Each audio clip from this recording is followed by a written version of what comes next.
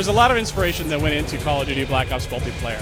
Now, traditionally on Call of Duty, you get new weapons, new perks, new maps, you get all that stuff, and we needed to do that. We need to do that exceptionally well, and I actually think we've done that this year. But the team knew the stakes were very, very high this year. For us to deliver, we kind of need to go outside of the box. So we focused on 3 pillars: compete, customize, and create. So on the compete side, we've added this combat training mode, which gives new players the opportunity to basically get their feet wet in multiplayer, but also add a very cool, new, and compelling game mode that allows you to basically play co-op with your friends. The other thing we did was add Wager Match, which basically takes this idea of a Call of Duty currency that we've introduced and allows you to put it on the line to earn more currency, or, unfortunately, lose it. It's a very fun game mode. I think for my guys that play it and me, it's probably the biggest adrenaline rush that you actually get, and it's a lot of fun. So that's the compete side.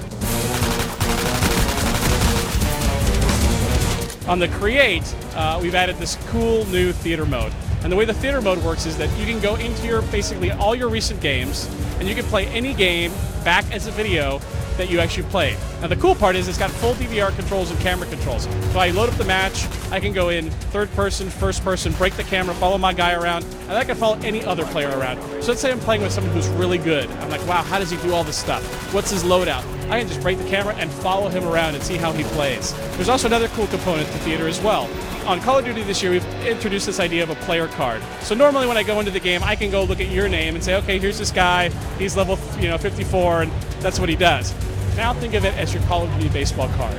What you can do is you have 6 slots that you can put all of your different theater modes that you've made and put them on your player card. So let's say you had an awesome kill streak, or you made a cool video that you mashed up with the theater editor.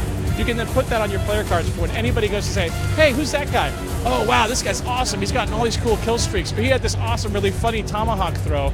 And it really gives, again, players identity of what they are doing with the game.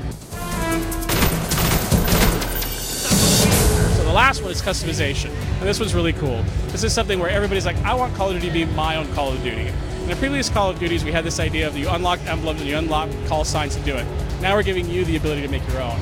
We've seen some pretty creative people come up with some pretty creative and very interesting artwork to make their emblems. But it's something where I literally was like, okay, I'm going to play around with an emblem, and then I was playing around, I was trying different things, and you literally can get lost in it because there's so many options to flip and change color and scale and do all that kind of stuff. So really what we felt was we want to offer a lot of new different content, still make a great multiplayer game, but give people ways to experience Call of Duty like they never have before.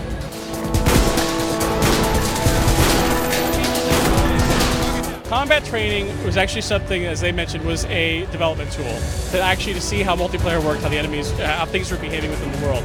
Now the way that it works is that there's different levels within combat training. So at beginner level, the AI is going to move a little bit slower, give you a basic idea of like, okay, this is how my guns work. I want to get familiarity with the map. I don't know what a Willy Pete is or what a flashbang is. And you can just try those out. So it's really this idea of creating this environment where it's safe for you to play and get your bearings. Now, as you actually level up, or actually change the difficulty level in combat training, it's actually a great warm-up, at least for me. Before I go online, I always take about 1 or 2 matches to kind of get my bearings and everything ready, and that's one of the things that combat training can do. Now, the other cool thing about combat training, it's really a co-op mode. So you and I could be over at my house, we could play combat training together.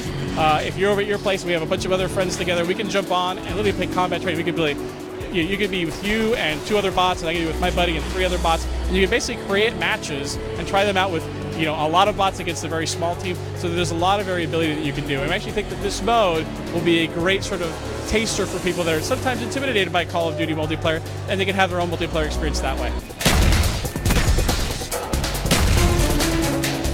My favorite kill streak. Well, there's different ones for different reasons. I love the gunship. That's a player-controlled helicopter, something new for Call of Duty.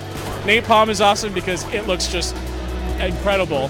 And then the RCXD, which is the remote control vehicle, is a lot of fun because literally it's fun chasing people down in the map. So there's a little bit for everybody. What is going to shake the foundation of multiplayer? I think when people get their hands on Wager Match mode, see what it is. We've added these 4 new game modes within Wager Match. We actually think people are going to go, wow, it's so basic, but it's so much fun, and that's one of the things that me and my team play all the time. Call of Duty Black Ops comes out on November 9th, and it's going to be on the 360, PS3, and PC, and also the Wii.